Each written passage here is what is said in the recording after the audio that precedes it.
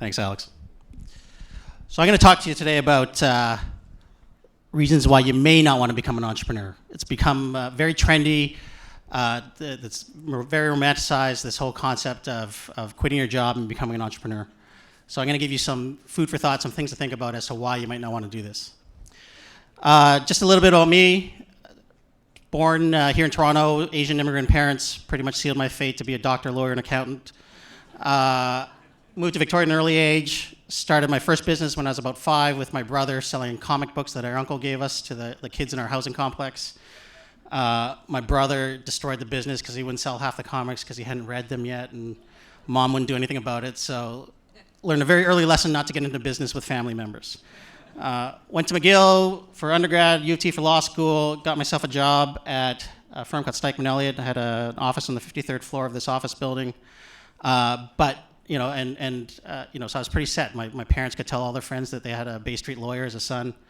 But it didn't feel right. There's something was missing. I didn't enjoy it. I couldn't see myself spending the rest of my career there. And back in 1999, I quit just sort of at the, when the internet bubble at that point was starting to froth a little bit. Joined a startup called Wisdom.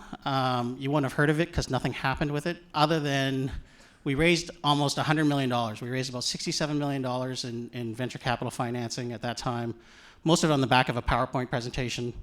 Joined at about 8 people, grew it to about 350, and then slowly saw the decline down to, I was one of the last 3 people there to turn out the lights. Coming out of there, we started Cognition, which was sort of a new-fangled, new-age law firm. Essentially, our model was to remove all the overhead of practicing law and make lawyers available at a much more reasonable rate. So the idea was to X out the big office towers there. Earlier this year, we actually sold half of it. So I got my first proper exit. Sold half of it to a company called Axiom out of New York. And the other half continues to today as Caravel Law servicing small, medium-sized businesses. And then in the last year, we've been working on CrowdMatrix, which I'd like to say it's the Uber or something, but it's actually the Angel List for Canada, if I need to make an analogy. So one of the first myths in entrepreneurship is that people think they're going to start a business and they're going to make a ton of money. So I'm going to do a bit of a poll here. How many people in this have been or are entrepreneurs? Put up your hands. All right. How many of you have made fuck you money? It's either nobody's done it or they don't want to put their hands up because they don't want to get mobbed by people looking for investors. All right. So that alone is a data point. Statistics say about 90% of startups will fail. When we started law school, there's always this urban legend that at Harvard, the dean used to sit the students down in the first year and the first day of school and sort of say, okay, everybody, sit down in your seats, look to your left, look to your right. One of you will have failed by the end of the year. So if you transpose that to here, you could say, everybody, look to your left and look to your right. All 3 of your startups are going to fail. The accepted VC wisdom, if we look at this chart here, this was a study of over 20,000 financings. Accepted VC wisdom from a fund manager is that they're going to make 3 or 4 of their companies out of 10 will fail. 3 or 4 companies will kind of return the investors' money, and maybe 1 or 2 will actually make it and generate the returns. If you look at this chart from over 20,000 financings, 42% of them failed. Now these are companies that got money. These are companies that are funded by smart investors, and 42% of them failed. Less than 23% returned less than the investors' money, which means the investors got nothing, and another 25% returned less than 5 times the money, which again probably means the founders didn't get very much out of it. So as a founder, the chances of you making money off of a startup are pretty negligible. I was working, it's an interesting thing, I was working with a client a few years ago, they're selling their business, got an exit, everyone was happy.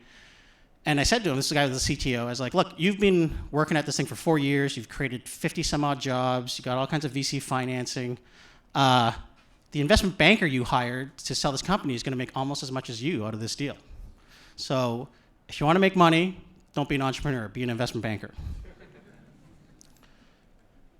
The next myth that people like to follow is that they think they've got an incredible, unbelievable, can't miss idea. They got to start a business because this idea is so good, they need to follow up on it. Even if your idea is brilliant, and I guarantee you it isn't, there's no value in an idea. We see this all the time. People are coming, they've got a great idea, I want to raise financing. We have a $2.5 million pre-money valuation with nothing other than idea. There's no value in idea. Any investor will tell you the value is created in the execution of it. Ideas are a dime a dozen. Blockbuster was a great idea until it wasn't. Tesla is a great idea. Electric cars for everybody. That company, this is Elon fucking Musk, has almost gone bankrupt about 3 or 4 times. So it's all about execution idea. Your idea itself is not worth anything. There are statistics that say about half of the product launches done will fail. So that's by everybody. That's including RBC, if they do a product launch, half of their product launches will fail. The chances are your idea will fail too.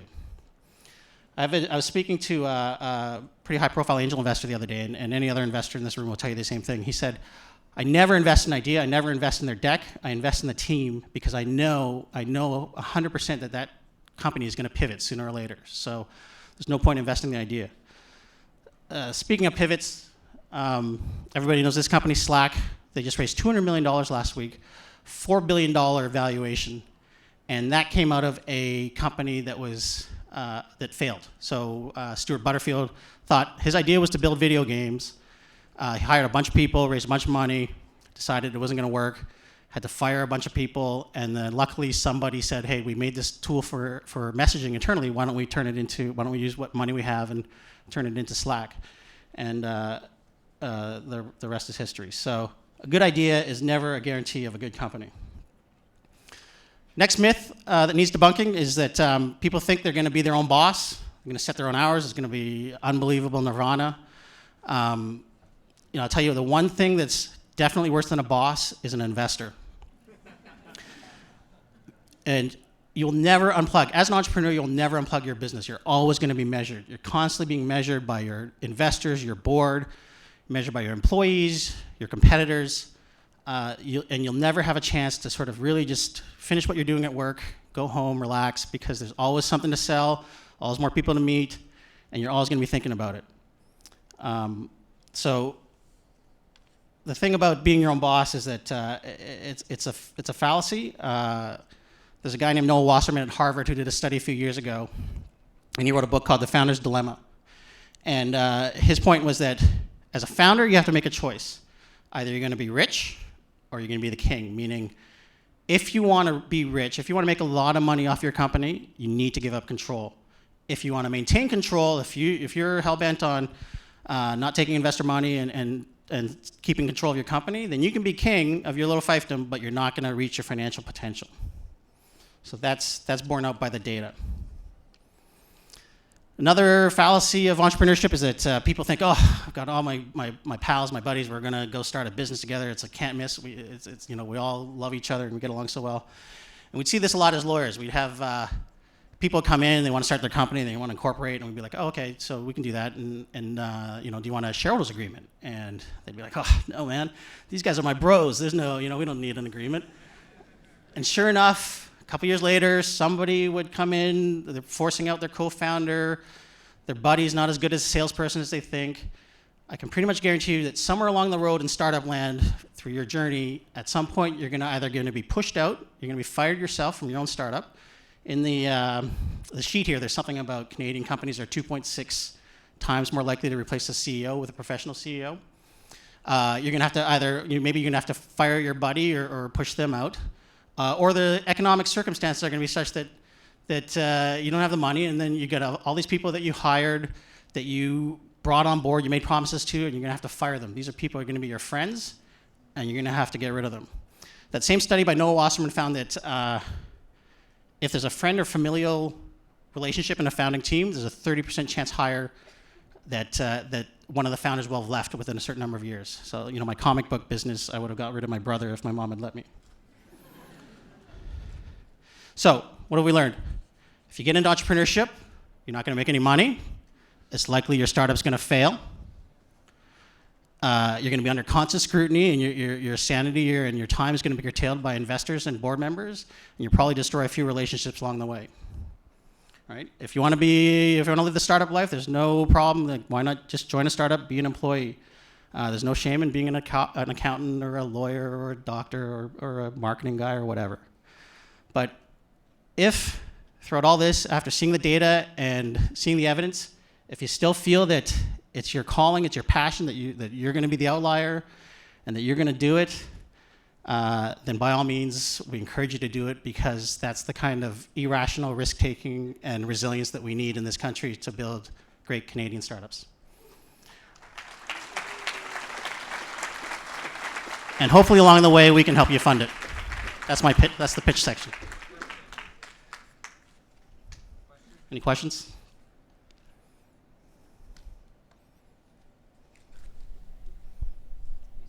Nobody wants to know what prime minister I didn't meet? It was Kim Campbell, and she doesn't count because she was only there for 4 months. There's a question here.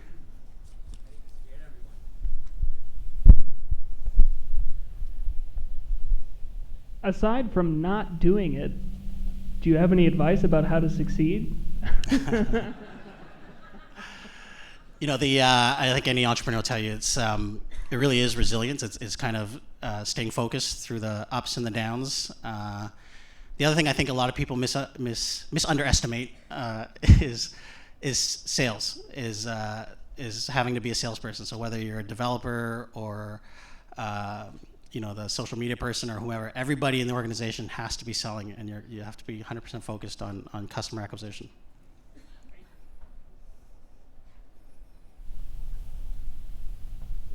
Just a random person.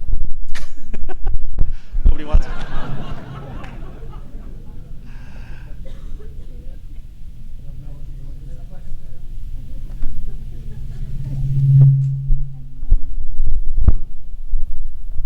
Thank you.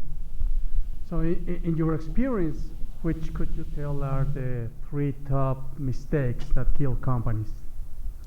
Mistakes that kill companies? One mistake I think it's very common is that you should always be raising money whether or not you need it. So a lot of people, they run out of runway, or a lot of companies run out of runway, and even if you don't need money, it never hurts, especially at events like this, to be talking to, and Omar's going to kill me, but finding the guys like Omar Dalla, or I think I saw Christian Lasson from Impression Ventures, just networking and finding money. I think the other thing that people do is they assume that they assume what's makes the most common. They assume what is common sense to them is common sense to everyone else, and we all know common sense isn't so common. So, I'll give you an example. For CrowdMatrix, we've had to apply to the Securities Commission for approval, and I was told by a bunch of people it would take about 2 or 3 months. So far, it's almost been a year, which has really put a wrench in our plans. Now, we got approval last Thursday, but it's something that we never really banked on, and it's one of those things that